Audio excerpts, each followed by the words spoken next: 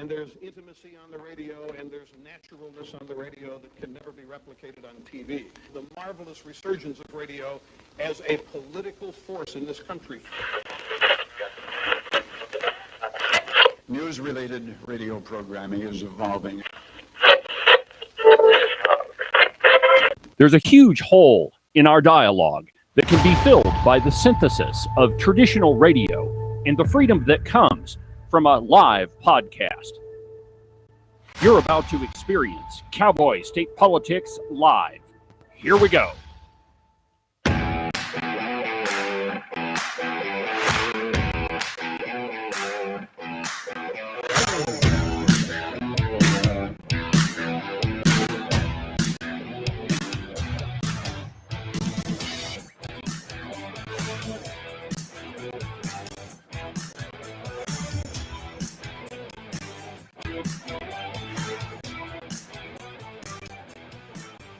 Good morning, my friends, and welcome to another spectacular installment of Cowboy State Politics Live. From very high above all the puerile and vacuous forms of Wyoming mainstream media, this is Cowboy State Politics. I, of course, am your illustrious host, David Iverson, firmly and permanently ensconced behind the silver Cowboy State Politics microphone, and broadcasting to you from the base of the Bighorns at the Cowboy State Politics Studio in Sheridan, Wyoming. Good morning, my friends, and welcome to the program. Happy Monday. I have to tell you, I had a fantastic weekend here at the base of the Bighorns. It was absolutely beautiful. Got the motorcycle out, rode a little bit, and to top my weekend off, my Texas Rangers finally seemed to be on a tear. They won the last two games. I think one 6-1 and the other one 7-1. So hopefully they pulled their head out of their nether regions and they're finally deciding to play baseball. Coming up on today's program, I have a great interview with Tammy Young. Now, Tammy used to be the chairman, or is the chairman, of the Washakie Republican Party over in Worland. And she's running against Martha Lawley in House District 27. Of course, you remember Martha Lawley. Lying Lolly. Yeah, she was the one that was sending out emails lying about yours truly to her constituents. You remember the story where I exposed the Wyoming Department of Revenue of training the Assessors Association on House Bill 45 before it had ever been passed? So, Tammy Young sent an email to her representative, and the reply she got back, well, let's just say it claimed I made it all up. That's what I do on Cowboy State Politics. Yeah, we just make all sorts of stuff up. The only problem is you can prove all of it. So there's lots more to come as far as Martha Lawley is concerned. In fact, there's a great episode I did about Martha Lawley. Oh, I don't know, maybe a year ago. It's called A Tale of Two Marthas, and it's all about where she held a town hall and then got all bent out of shape because she was being recorded as if what she says isn't part of the record anyway. Anyhow, now she has an opponent in House District 27, and that's Tammy Young. And we're going to talk to her here in just a little bit. But I want to start the program talking about some news that's happening today. Of course, crackhead Hunter Biden is in the courtroom, and they're choosing the jury right now. But there's an interesting little article from Breitbart News, and it's entitled, excuse me, Hunter Biden's gun charges, an open and shut case. And I quote, best-selling Breaking Biden author, Breitbart editor-in-chief Alex Marlow had this to say. Let's see here. You see why the Democrats were so enthusiastic to call Donald Trump a convicted felon and to get that talking point out? Because they know that Hunter Biden is a problem for them. He clearly lied. Haley was part of it. He's had, of course, a long history of drug use, which is well known. It's why he had to leave the military. And the weapon did end up in a dumpster, and it appears pretty clear that Haley was involved with that. So this should be an open and shut case. But I'll tell you one thing here, which is a bit of a trap. And I spent a year and a half researching the Bidens. I put out a New York Times best-selling book called Breaking Biden, about the Bidens. I only spent a couple of paragraphs on this case, and I'll tell you why. It's because this seems to be the only one that doesn't directly implicate Joe. Now, there were some reports that were pretty vague that perhaps the government intervened on Hunter Biden's behalf at one point, but there's a bit of a trap here because this is all the corruption of Hunter's engaged in over his lifetime, and this is just one example, and it's mostly isolated to him. So I'm pretty excited about it, but this little bit of a distraction compared to some of the horrible corruption that he's engaged in over his lifetime. Now, the truth is that Hunter Biden is a very, very corrupt individual. He has made all of his money and Joe Biden's money and Joe Biden's money and his sister's money and all of that by making corrupt business deals with countries across the world. Now, this little gun charge, and it's not little, if it were you or I, would be already in the slammer, and we probably wouldn't even have to mount a defense because it wouldn't be worth it. Would be thrown away along with the key. Now, because it's Hunter Biden, well, of course, we might be able to get probation or maybe a suspended sentence. But the truth is that Hunter Biden committed a crime that if you or I were charged with it, we'd already be convicted. The trial wouldn't last 6 weeks or however long this dumb thing is going to last. It would be open and shut, as this should be, if we had a fair justice system. But of course, we don't. We have a two-tiered legal system, and there's a difference in that. A justice system means that you're a nation of laws and not of men. And the trouble is that we don't see justice very often. And even if you think about Wyoming, how many times have you seen a known drug dealer get away with a suspended sentence? How many times have you seen elected officials commit really serious crimes like a DUI and basically walk away with it? Think about, there's Bill Novotny, who drove from Sheridan to Buffalo on the wrong side of the interstate while blackout drunk, eluding police with an open container, and the only thing he got was a $1,000 fine and a year of probation. If you or I had done that, we'd probably still be in jail, or at least we'd have a pretty big jail sentence attached to it. And then there's Christy Antoinette Haswell. Riding along in my automobile, cruising and playing the radio, with no particular place to go. Riding along in my automobile. Christy Haswell got all tanked up, got behind the wheel of a car, drove all over a street in Sheridan, ran into a mailbox, tried to run away, and was arrested for DUI. And have we heard a public statement from Christy Antoinette Haswell? No, of course we haven't. Has she resigned? Not going to happen. And we're all hoping that justice will be served in this case, that she's given the same sentence that you or I would be. But given the state of the legal system, both in the country and in Wyoming, there's a pretty good likelihood that she'll walk away with it. So don't expect that there's going to be any big sentence come out of the Hunter Biden trial. There ought to be. There darn well ought to be. Because if you or I committed that crime, we'd surely be locked away. So, I think right now, let's go ahead and get to the interview with Tammy Young. And I did this about a week ago, but it's a great conversation. I know you're going to enjoy it. The thing runs about 20 minutes, so let's go ahead and give it a listen. And we might stop in the middle for a break or two, but I'll try to play it in its entirety. Here we go. Joining me via Zoom is Tammy Young. Tammy is running for the Wyoming House of Representatives in House District 27, and that's Bighorn and Washakie counties. Tammy, welcome to Cowboy State Politics. Thanks, David. First question, since it's your first time on the program, why don't you just tell me about yourself? Well, I was raised right here in Worland. My father was born and raised in Grable, and my mother was a graduate of Worland High School. He was a sonar technician, so I actually was born in Honolulu because he was stationed in Honolulu during Vietnam. Anyway, we moved back. He ended, and we moved back to this area, and I lived in Worland until about 8th grade, and then we moved to Casper, Wyoming because of a job my father took, and I graduated from Kelly Walsh High School there. I went to college in BYU, Idaho.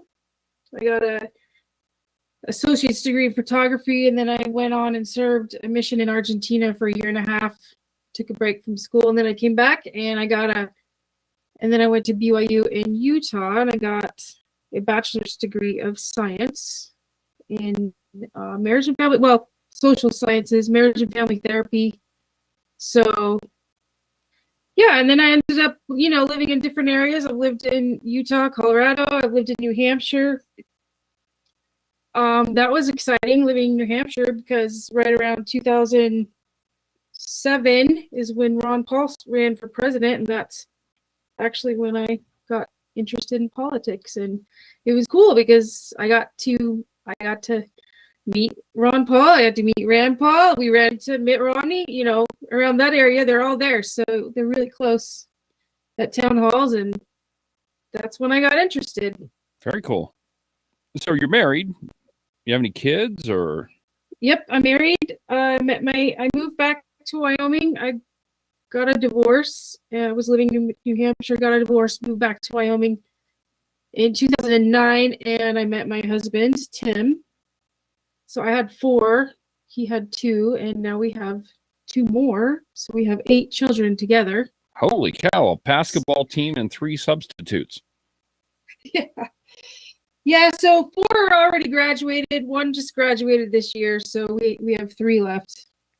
Wow. You sound like a really busy lady. What possessed you to run for the House of Representatives as if you need more stuff on your plate? I am the chairman. I have been the chairman of the county party here. I started getting involved back in 2011 again, right after I moved here. Because of the encouragement of Ron Paul, he started telling everybody you need to get involved in your local politics. And I didn't even know what that meant at the time, but I called the chairman and I asked when their meeting started, and I started coming to meetings, and I ended up being a chairman because nobody else wanted to do it. So I was chairman for 2 years, and then I ended up becoming state committee woman for the next 8 years. And then I've been chairman again for the last 3 or 4 years. And so why do I want to do this? Well, it's certainly not for the money. It's certainly not for the time away from family, and it's certainly not for fame. To be honest, I had a super frustrating phone call one day with a certain legislator, and I've been going around and getting signatures for the property tax initiative to reduce property taxes by 50%. And that phone call was about that, and super frustrated, got off the phone. And actually, if you believe in personal inspiration and a higher power, the thought came to my head that I needed to run for House District 27. And when things like that happen, my first thought was, absolutely not. There's no way. It's not the right time in my life. I just kind of pushed it out of my mind, and I pushed it aside. But then I think it was that weekend or the following weekend, we had a state committee meeting, and I saw Brent Bien, who ran for governor the last time, as you know, and I saw Rich Weber, and they came up to me and they said, Tammy, you need to run for this position in House District 27. And I said, it's interesting that you say that, because I've actually had that thought in my head where, before I'd never considered it. So we talked a lot about it. I told him I would think about it, pray about it, and get back with them and let them know what I thought about that. So again, pushed it off for a few more weeks because, quite frankly, I didn't want to know the answer. So finally, I sat down and I prayed about it. And I don't know, I don't know if any of you guys, Dr. Bradley Wild, he's a chiropractor here in town. He wrote a book called The Leahona Principle. And years ago, when I was living in New Hampshire, my sister Tony mailed it to me, and I read it. And it basically teaches you how to get answers to your prayers, right? Okay. If you want to talk to God, you say a prayer. If you want to get an answer, open your scriptures. So I use that principle. I ask the questions. I open my scriptures. Usually it's the first one you look at, maybe the second one you look at, that will give you, it'll give you the answer. And it was pretty clear that it was a yes. And then my next question is, how am I supposed to do this without neglecting my children? Because for me, first and foremost, is being a wife and a mother. And the answer that I opened up to was they've been chosen. They'll be filled with the Spirit, and basically that they would be fine. And then my next question is, well, I have a handicapped daughter.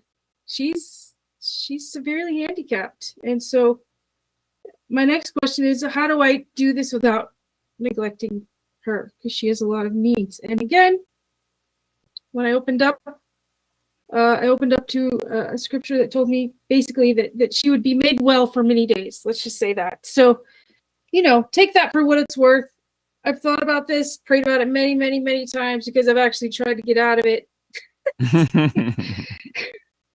It's going to be a lot of time and a lot of commitment, and I understand that. And so when I make a decision and make a commitment, I take it seriously. So I had to make sure that this was absolutely something that was good for us and our family at this time. And so we also sat down as a family and prayed about it as well. So. All right, let's go ahead and take a quick break, and then we'll get back to the interview with Tammy Young.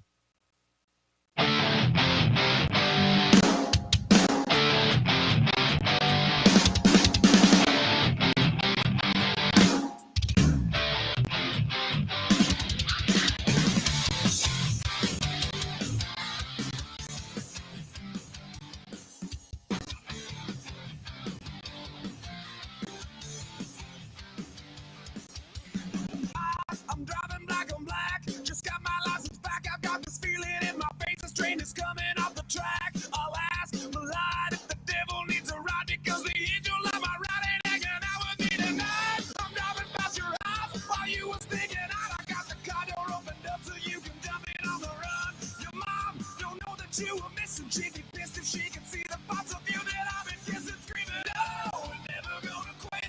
Ain't nothing wrong with it. Just acting like we're animals. No matter where we go, 'cause everybody knows we're just a couple animals. So come on, baby, get in, just get in. Check out the trouble we're in. You can listen to Cowboy State Politics live every Monday through Friday at 9 a.m. on the Independence Network. You're not going to find a better source of news, entertainment, and commentary than on Cowboy State Politics Live. The program you're listening to right now. And frankly, why would you want to look anywhere else anyway? Let's be honest, only a liberal redcoat commie would do that. And if you want to listen to my podcast, you can find it at cowboystatepolitics.com or anywhere that you get your podcasts. iHeartRadio, iTunes, TuneIn, really any of them will work. But the easiest way is just to go to the website, cowboystatepolitics.com. There you can find all of the shows, as well as any of the articles that I might bring up during the course of a program. If your name is Sleepy Joe Biden and you can't remember if you put socks on this morning or not, well, I can't really help you with that, but I can definitely tell you why you should have never ran for president of the United States. And now, back to the program.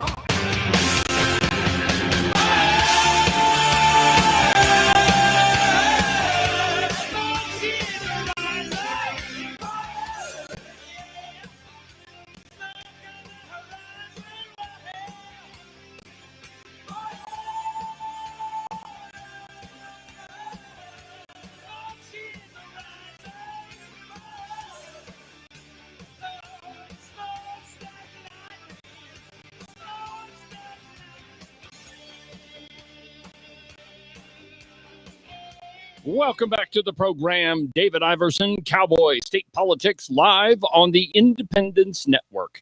Doing what I was born to do each and every day with talent given to me by God himself. If you're just joining us on the program, we've been listening to an interview I did with Tammy Young, who is running for the Wyoming House of Representatives in House District 27. Let's go ahead and pick up where we left off. Well, I have to say, Tammy, I've interviewed a lot of candidates, and I've asked almost all of them that exact question. And I have to say, that is by far the most well-thought answer I think I've ever heard. Most candidates that you interview, it's a real quick answer.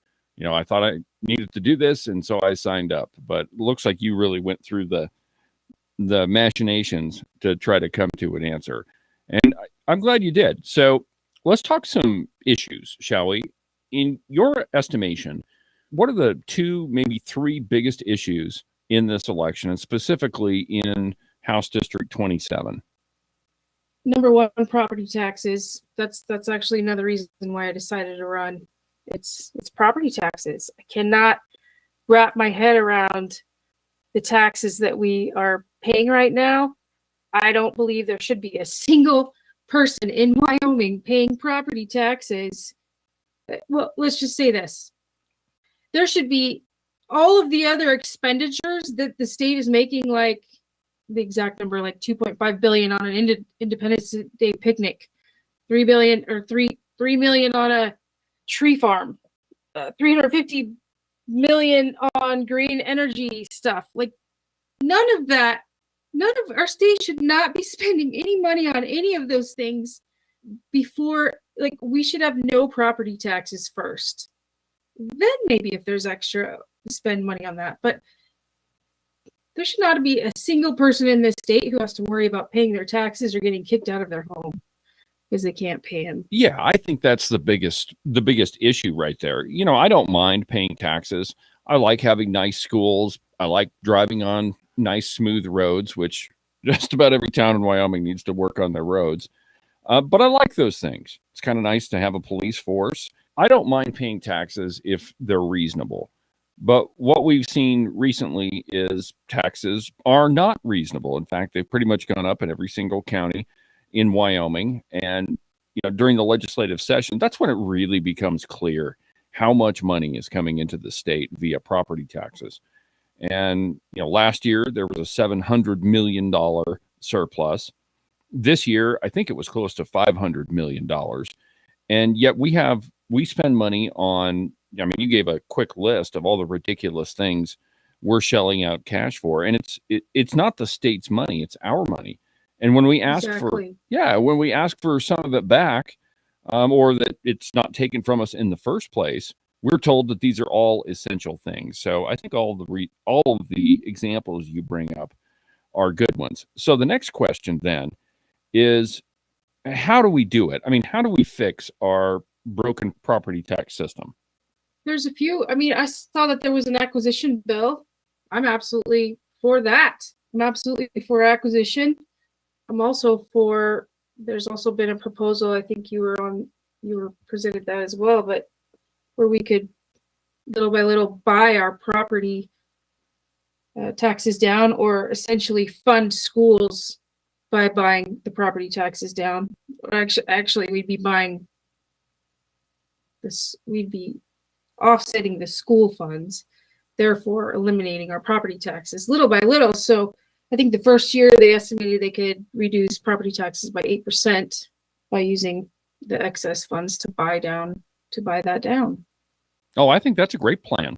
And, you know, I haven't heard a lot of candidates talking about that, but essentially what it was is buying down the mills that go to the schools and backfilling that with state cash.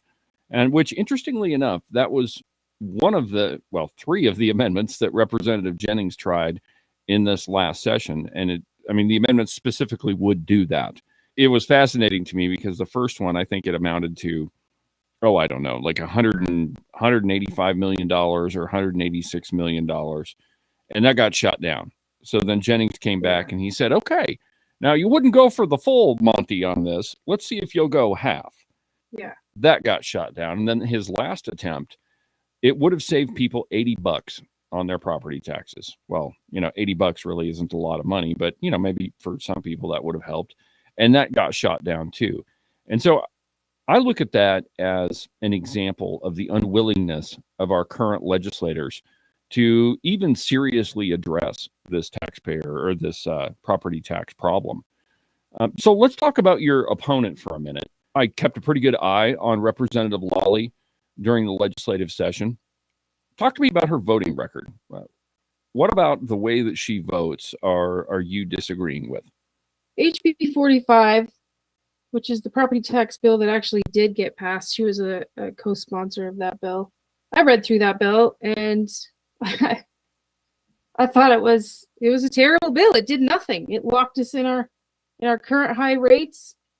There was a 5% cap, which was okay. Well, that's a little progress there, but when there was an amendment made to move the 5 to 3%, she voted no. And when there was another amendment made to move it to 4%, she also voted no. I guess I just kind of laughed when I read that bill because it wasn't property tax. It wasn't helping us at all. Let's just say that. Yeah, it wasn't reform, and it certainly wasn't relief. Yeah, it wasn't either one of those. So it seems to me like the people who sponsored that bill, I don't know, maybe they just wanted to seem like they were doing something when they actually weren't doing anything. I don't really know, but it was a terrible bill. Yeah, I think you just hit the nail on the head right there, Tammy, that they wanted to appear like they were doing something about it. And they did. They locked in historically high property tax rates. Yeah. So let's kind of switch gears a little bit. You've got several children, so I'm sure you're well aware of what's going on in our schools. But a big question I have is we spend a tremendous amount of money per student per year on education. In fact, it's right around $20,000 a year. Yet the results we get are mediocre at best. I think Wyoming is pretty well dead center in national scoring. So 2 questions. First, what is wrong with our current education system that we don't get better outcomes? And then the second one is, how do you fix it? It's a really good question. I've thought a lot about that question. To be honest, I don't really know, but I can give you some speculations. For number one, I've never been a fan of Common Core curriculum. I've never been a fan of it, especially in the math area. I know, at least for my 7th grader, the math testing does word problems, and instead of actual just problems in themselves. But I think that's a terrible way to test, number one. But also, I just don't appreciate Common Core math. My 7th grader actually said to me the other day, because she struggles with math, and she said to me, I was going through this problem, and I finally figured out that all they want me to do is divide. That's it. And so I divided it, and then I got the answer right. And they've compared Common Core math to, I saw a meme once that said, if you go to the front door of the person's house, Common Core is like the person on the inside telling him, oh no, you don't need to come through my front door, go all the way around to the back through the fence and into my back door, and that's how you can get in. Well, yeah, that is a way to get in the house, but it's a lot less efficient than just going through the front door. So I don't know about other parents, but I've felt super frustrated with Common Core, and I don't know, there's a lot of teachers who like Common Core now. So I don't know the answer to that. What do we do about it? Change the curriculum. Okay. Seems like a pretty simple solution to me. Fair enough. I've been trying to get them to change their math curriculum for forever. So I have a math curriculum that I did at home with my daughter, with my kids, because I homeschooled during COVID. And I've homeschooled my other kids at various times in their life. And, I use a math curriculum, and it's simple. It's logical. It moves them through each stage with complete logic, and they get it. And I didn't even have to help them that much. It was basically self-taught. You just give them the material, and they're self-taught. Well, and that's in my estimation. I think that one thing that would solve a lot of the problems with our education system is that if parents were actually involved. We have this idea that you drop your kids off at school, and 10 hours later they come home, and we kind of treat it sort of like it's a big babysitter. And in many ways it is. And, the homeschool families that I know, their kids are well educated. They're doing just fine. I applaud those people that, take the time to educate their kids at home and, have an active role in their education. Well, we've got just a few minutes left here. Let's just kind of run through some quick issues, and you can just tell everybody where you're at on them. First one I always start with is abortion. Where are you with that one? Abortion is not health care. I'm not for abortion in any way, shape, or form.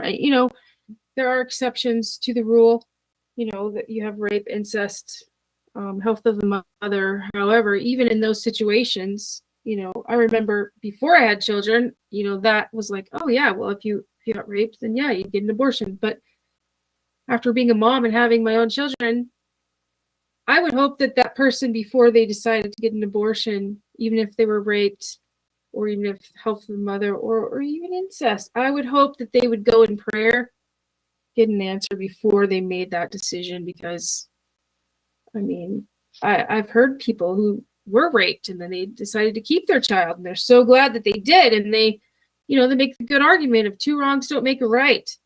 It's not the fault of the child that he was conceived in that manner. So what about guns? I'm a gun nut. Do you think that we need more pro Second Amendment legislation? And if so, what would you suggest? Super disappointed that the gun-free zone bill got vetoed. I think that was an important bill that should have been passed. I think we have good gun laws here. I think we just need to uphold them and make sure that, I think we need to get rid of gun-free zones. Our schools would be a lot safer. I mean, if we have teachers that we trust, especially in Washakie County, we've got really great teachers in Washakie County. If we trust our teachers as much as we do with our own students, then why can't we trust them to also conceal carry while they're at school to protect their own students? Because teachers, they care about, at least the ones in Washakie County do, they care about our students so much on such a deep level that I would feel very happy to know that some of them were caring and also protecting my children while they were at work. Yeah, for sure. If you have a gun-free zone, I call it the fish in the barrel zone. Because if you want to hurt some kids, what better place to go to when you know that nobody's going to be shooting back at you? So last question, and there's a reason why I'm going to ask you this one.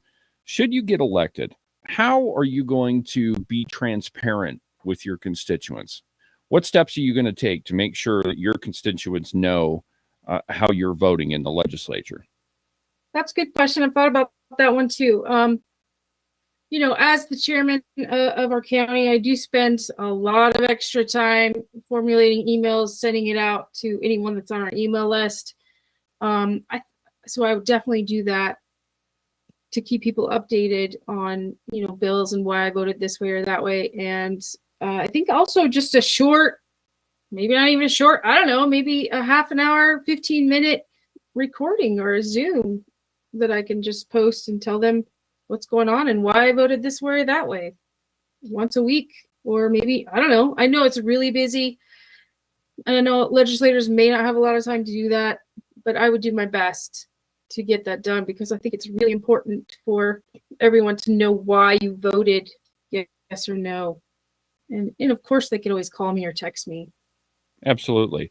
Well, and I don't know, it is busy down there. Having been down there for 3 sessions in a row, I can tell you for a fact that things move pretty quickly and there's a lot of stuff going on. But there are still people like Chip Nyman. He's the majority floor leader, and he finds time to sit down at least a couple times a week and record a quick conversation for his constituents.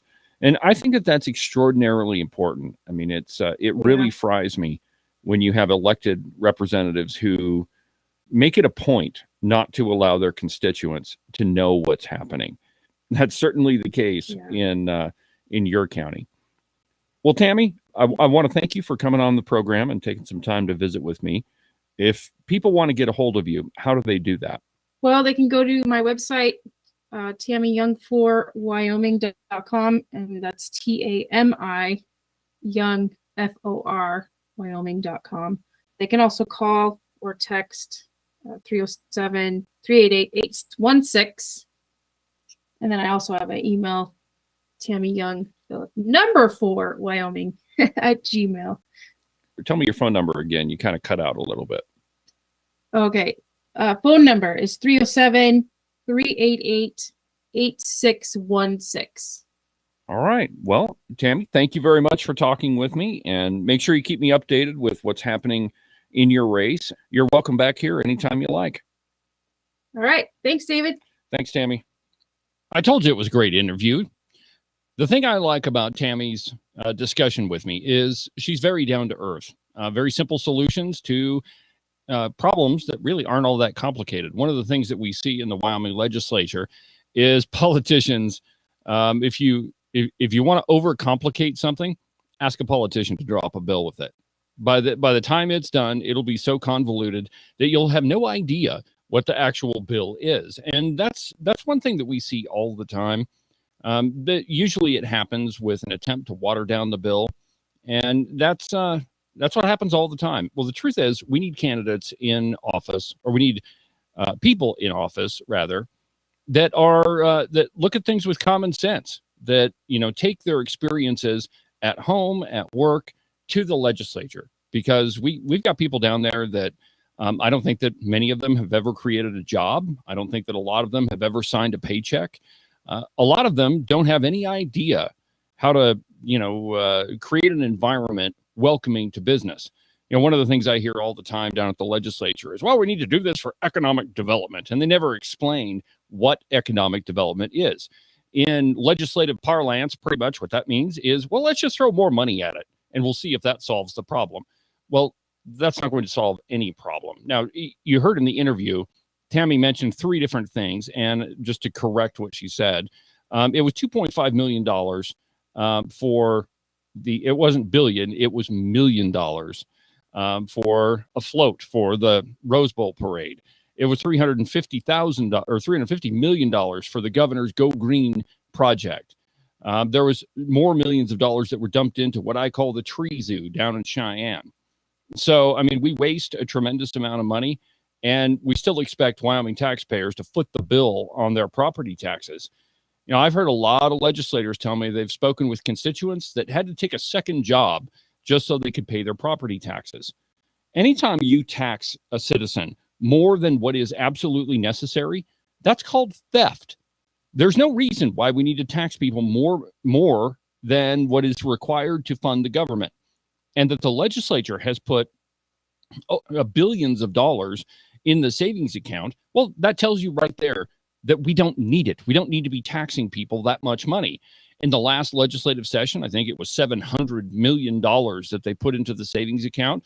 This past budget session, I think it was $500 million. That's over $1 billion that we stole from Wyoming citizens that doesn't have to go to the necessary functions of government. Anytime we're taxing more than is absolutely necessary, it's stealing from Wyoming citizens, pure and simple. Well, let's take a quick break, and then we'll continue with the program.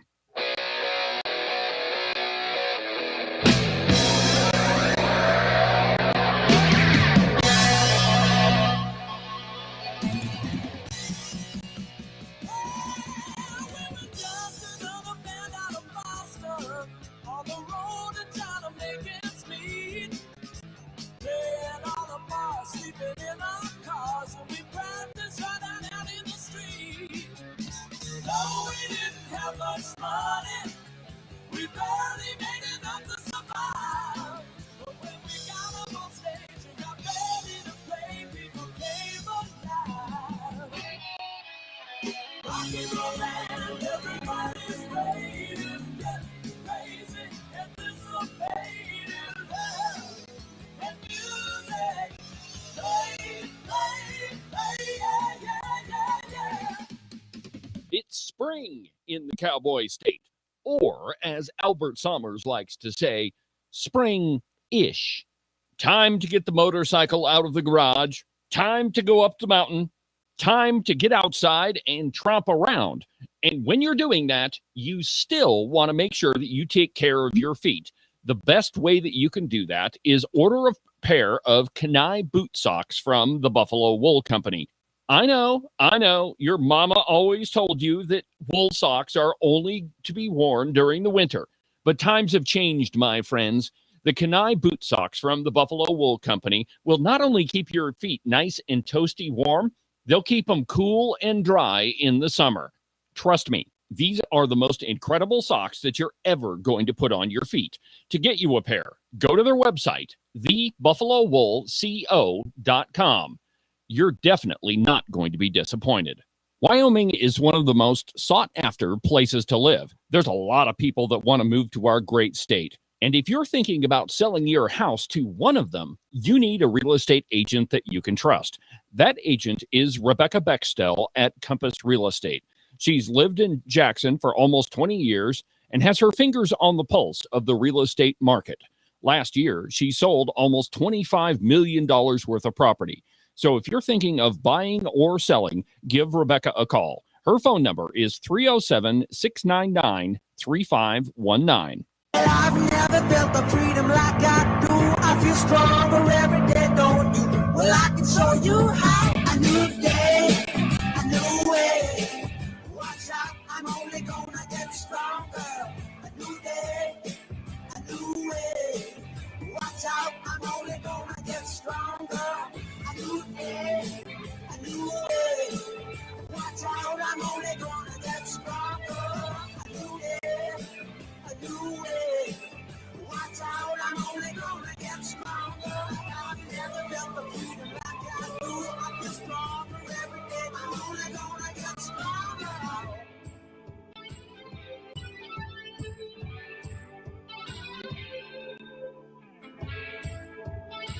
Welcome back to the program. David Iverson, Cowboy State Politics, live on the Independence Network. Doing what I was born to do, my friends. Welcome back to the program. If you're just joining us, we just finished an interview with Tammy Young, who is running for House District 27 over in Worland. If you missed that interview, it's going to replay, I think, about 3 o'clock on the Independence Network. Also, I'll have that interview on the Cowboy State Politics podcast. You can go back and listen to that at your leisure. It'll be posted directly after I'm done with the live program.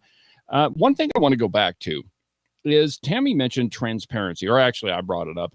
But she made the point that some of these representatives just don't want you to know what they're doing down in Cheyenne. And that's absolutely the truth. You know, now it's campaign season. You're going to be seeing all sorts of campaign flyers show up in your mailbox. In fact, you're about to be overloaded with them.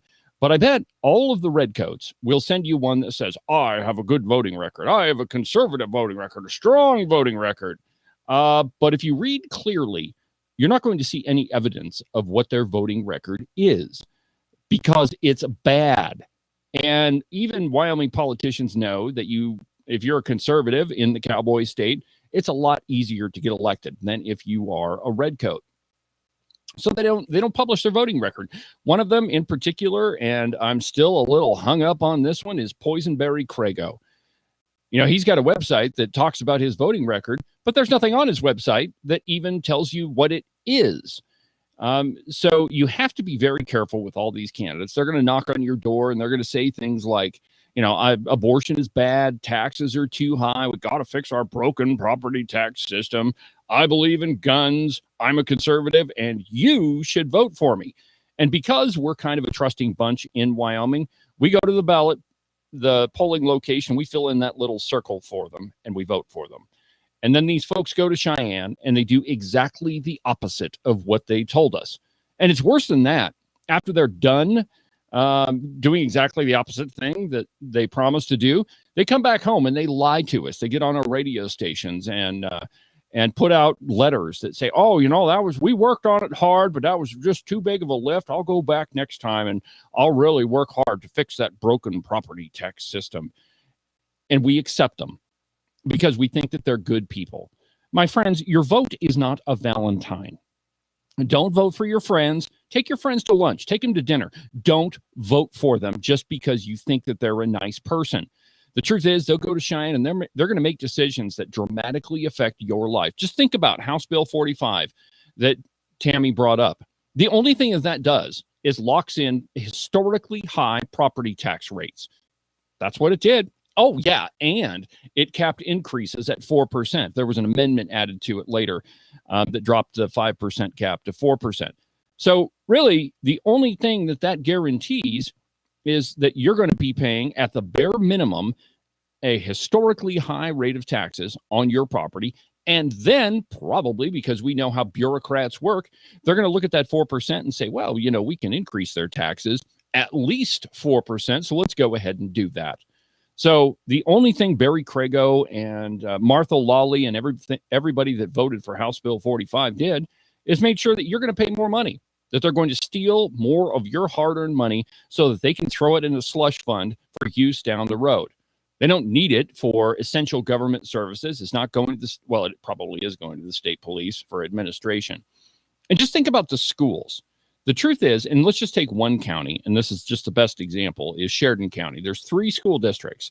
They could fire 2 superintendents, hire one at $300,000 a year, and if you paid a superintendent $300,000 a year, you'd probably get one of the best in the country, and you would still save money. That's how much money we're wasting, my friends. And it's an astronomical amount. And some of these redcoats that are going to try to tell you they're conservative, they are spendthrift. There's no way that they would be able to run a household with the way that they handle your money. Again, look at Barry Crago. He voted to spend more money than some of the Democrats. And we know that Democrats don't care about money. And yet, here he is, campaigning as a conservative.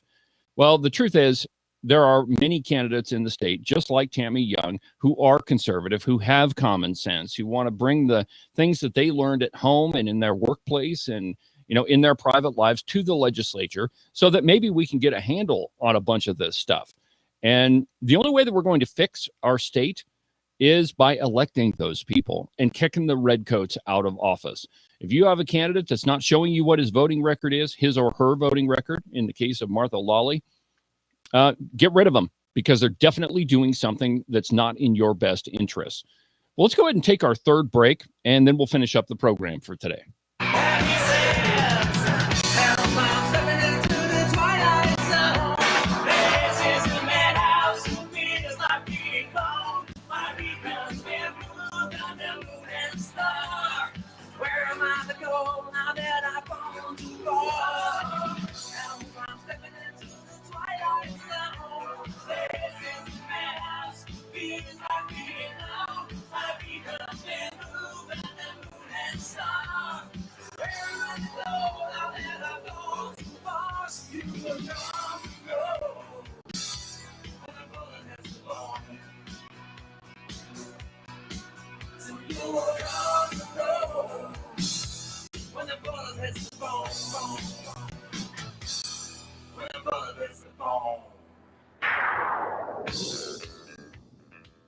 You are listening to Cowboy State Politics Live on the Independence Network. You're not going to find a selection of better news, entertainment, and commentary than right here on the Independence Network, with great voices like Joey Carenti from Just Blame Joey, Ken Pendergraft from The Ramble Room, Tom Kelly from Wide Right Turn, and the lovely Christine from The Hair Affair. And of course, my program, Cowboy State Politics, Wyoming's most listened to political program. Also, don't forget to check out the article section at the website, independencenetwork.us. It's loaded with op-eds, commentary, and news from all around the Cowboy State. You can listen to the Cowboy State Politics podcast anywhere that you get your podcasts. iHeartRadio, iTunes, TuneIn, really any of them will work. But the easiest place is just to go to the website, cowboystatepolitics.com. There you can find all of the shows, as well as any of the articles that I might bring up during the course of a program. That way, if your name is Joe Biden and you can't remember if you had your pudding today, well, I probably can't help you with that, but I can definitely tell you why you should have never ran for president. And now, back to our program.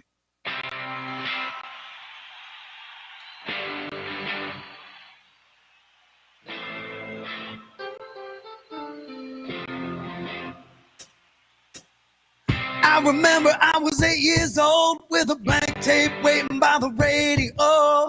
Come on, man, play back in black. I want to play it back on repeat. I remember Panama City, long nights with a girl named Christy. She took me down to the Paradise City, then up on Cripple Creek.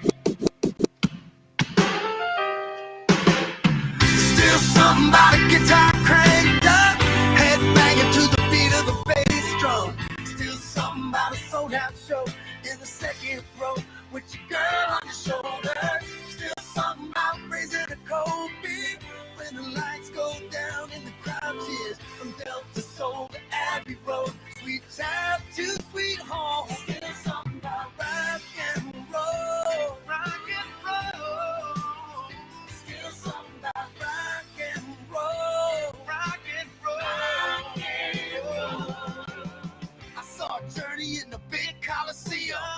no dancing, no lip syncing. I tell you this, don't fight the feeling.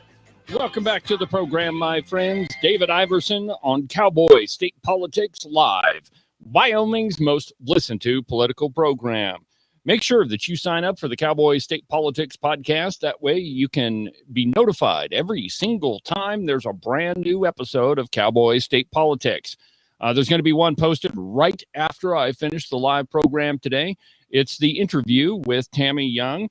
Also, I've got an update from the from Weekend Update, the Tom Ringley episode. Turns out that Tom Ringley's guy that he wants Dr. Bird to hire as a pathologist has a long history in Montana of screwing up autopsies. In fact, the state medical examiner in Montana barred Thomas Bennett from performing autopsies on young children because a couple of people got sent to prison wrongfully and later sued him. So anyway, there's an update on that, which I'll talk about on the podcast. Now, if you'll notice today, I didn't really talk about that much, national news like we do just about every day on the program. It's because the whole weekend was filled with nothing but the Trump verdict. And I mean, I agree. It is an absolutely important thing. It might be a turning point in this country. Certainly it's going to be a turning point in politics. But, after a while, you just get numb to all of it. And maybe that's why the media does that. But let me just bring you a couple of articles here just to highlight that. Now, Hakeem Jeffries, who's the head Democrat in the House, he says that the Trump guilty verdict is, quote, a validation of the American judicial system. It's fascinating to me that when the verdict goes the Democrats' way, then the American justice system is the pinnacle of anything in the world. But when there's a decision like the Dobbs decision, well, then we need to tear the whole thing down and completely remake everything. You see, when it's in the Democrats' favor, they love it. When it's not, they hate it. And of course, they think that the Trump verdict is going to work for them in the election. And the truth is, it's probably not going to. His poll numbers are just going to continue to go up, and he's probably going to win in a landslide. But anyway, to the article, and I quote, House Minority Leader Hakeem Jeffries on Sunday on Meet the Press said that the former President Donald Trump's guilty verdict in the New York business document trial was a validation of the American justice system. The host, Peter Alexander, said, and here's the question, I want to start by asking you about this historic verdict. President Biden opened his remarks on Friday by saying that it is irresponsible for anyone to say the verdict was rigged just because they don't like it. This is 8 years old, and there are questions about the validity of the legal theory, the untested legal theory, to prosecute it. Would this case be brought against anyone other than President Trump? And Jeffries replied, listen to this, yes, of course, this verdict in the case of the people versus Trump was a validation of the American judicial system. Donald Trump was entitled to the presumption of innocence, which he didn't get. He received it. Donald Trump was entitled to a jury of his peers, which he didn't get. He received it. Donald Trump was entitled to a vigorous defense. Now that he got. 12 jurors, 12 American citizens who are entirely biased and completely Democrats because they live in Manhattan, and the judge wouldn't agree to a change of venue because he didn't want anything but a guilty verdict in that trial. Well, anyway, he added that this is an affirmation of the American justice system. This is America. We are not a system occupied by a monarch, a king, or a dictator. We're a democracy. No, we're not. We're a representative constitutional republic. There's a big difference. And in a democracy, no one is above the law. Really? So let's talk about Hillary Clinton. Did she not destroy 30,000 emails? Yep. What about Bill Clinton? Did he not pay off Paula Jones? Yep. Was that not a hush money payment? Were those two things, Hillary and Bill, not classified as legal expenses? Yep, they were. My friends, this is not an example of the American justice system. This is an example of a tilted, biased, vengeful Democrat Party, which a lot of the judges that are in place, certainly this judge, is absolutely a member of the Democrat Party. But if this is an example of the American justice system, well, let me just show you this article. Now, this one is an example of how biased it is against certain members of our society. This is from Breitbart. The article is entitled, Another Elderly Pro-Life Activist Sentenced for D.C. Abortion Clinic Protest. I've got the hiccups. I apologize. Quote, a final pro-life activist was sentenced on Friday to years in prison for protesting at an abortion clinic, infamous for late-term abortions in Washington, D.C. Paulette Harlow, 75 years old, was sentenced to 24 months in prison for violating the Freedom of Access to Clinic Entrances, or the FACE Act, and a conspiracy against rights for the 2020 protest at a Washington surgery clinic, according to the Department of Justice. She is the ninth and final activist to be sentenced within the past few weeks for the protests. Unlike her co-defendants, who sat in jail for months awaiting sentencing, Harlow has been on house arrest due to her ill health. So now we're going to send her to prison for 2 years for protesting the killing of babies. My friends, what depths has our country sunk to if we're going to go after people who just happen to disagree that killing babies? And let's be honest, that's what it is. Anytime you talk about abortion, it's literally killing babies. The reason we use the term abortion is that it's clinical. It allows us to talk about something horrible without throwing up in our mouths. When I think of the word abortion, I think that you're, in the space shuttle or something going up and something's going wrong. And it's abort the mission, hit the big red button. Well, that's not what is meant by abortion. Abortion is killing another innocent human being. And I will debate anyone who thinks otherwise, and they'll lose, because it absolutely is killing another human being. And now we're sentencing grandmas to prison just for singing hymns outside the abortion clinic, because that's what they were doing. Nobody prevented anybody from going into the building or getting an abortion, just singing hymns and praying. And so now prayer is against the law, or not against the law, but at least it will get you prosecuted. Think about the Justice Samuel Alito. All last week, I told you about a story of his an appeal to heaven flag that was hung outside of his home, or one of his homes. And the Democrats and those on the left are trying to tie that to January 6th somehow. It's not a January 6th symbol. It's George Washington's naval flag. It's an appeal to heaven. And what was meant by that flag is when your earthly leaders fail you, well, the only recourse you have is to sit down and pray to God, appeal to heaven. That is the purpose behind that flag. That's what its meaning is. And yet the Democrats are going after a Supreme Court justice because he flew a flag. My friends, how far has our country sunk? Well, a long ways, my friends. Well, we'll endeavor to dig ourselves out of the pit on tomorrow's installment of the program. But until then, from the base of the Bighorns at Cowboy State Politics headquarters here in Sheridan, Wyoming, I'm David Iverson, and this is the one and only Cowboy State Politics.